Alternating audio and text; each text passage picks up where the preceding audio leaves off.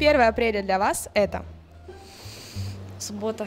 Ну, если честно, простите, рабочий человек, по субботам сплю. Ну, никому не веря, что это еще. Это 1 день апреля. Шутки, позитив, радостное, веселое настроение. Обычный день. Как ни странно, мы никого не разыгрываем обычно. Это праздник для меня, потому что это день дурака же вроде как, и я считаю, мой профессиональный. Это день рождения моего одного из лучших друзей, и он по жизни тоже клоун. Это абсолютно его праздник. Есть ли у вас чувство юмора? Я считаю, что у меня отличное чувство юмора, я постоянно всем рассказываю анекдоты. Надеюсь, что есть, но я думаю, что есть. Не знаю, ну как-то вот вышло так, что не завезли. Ну, чувство юмора есть, посмеюсь над другими, сама шучу так, с переменным успехом. Конечно, избыточно. Есть, но оно весьма специфично.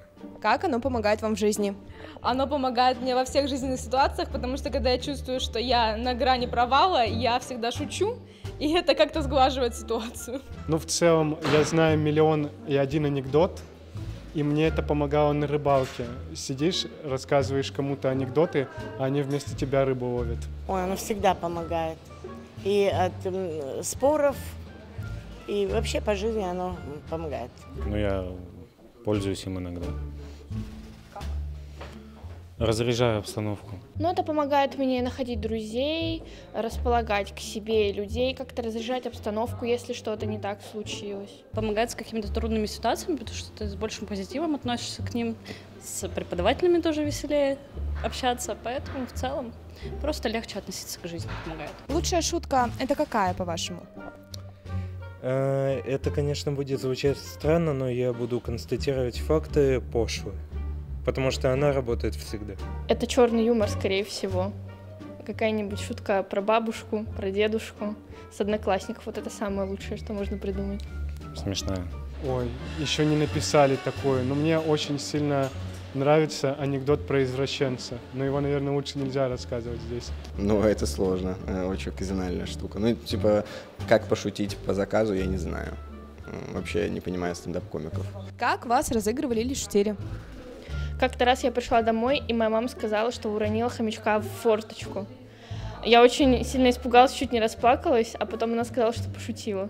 Мы будили подругу, которая спала посреди дня, и сказали, что ей нужно на учебу. Мне, когда я была еще в школе, сказали, что поступаете на филфак, это нетрудно.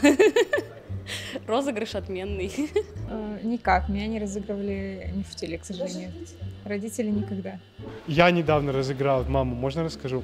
В общем, я пришел на почту и отправил ей открытку любимой бабушке, где наврал, что у меня девушка беременна, а на самом деле это не так. И я мелким почерком подписал, что нет, не беременна, и я уже представляю, как она будет собирать праздник, и потом будет пересчитывать в очередной раз гостям эту открытку и заметит маленьким почерком, что это неправда, и позвонит мне и начнет на меня орать. Ну, мне папа как-то дал конфеты, сказал, на, поешь. Я поел, а это оказался рыбий жир, и я долго плевался. Надо мной не шутили, они знают, что я буду плакать. Расскажите ваш любимый анекдот. Штирлицу сказали, пошли. Штирлиц задумался и рассказал неприличный анекдот. Анекдот. У физрука было 4 сына. Первый, второй, первый, второй. Nice. Что за бархатные тяги? Что за тяги? Такие бархатные тяги, ребята. Фуф. Кефтеме. Сын червь спрашивает у мамы червихи, где отец. Она говорит, что он ушел с мужиками на рыбалку.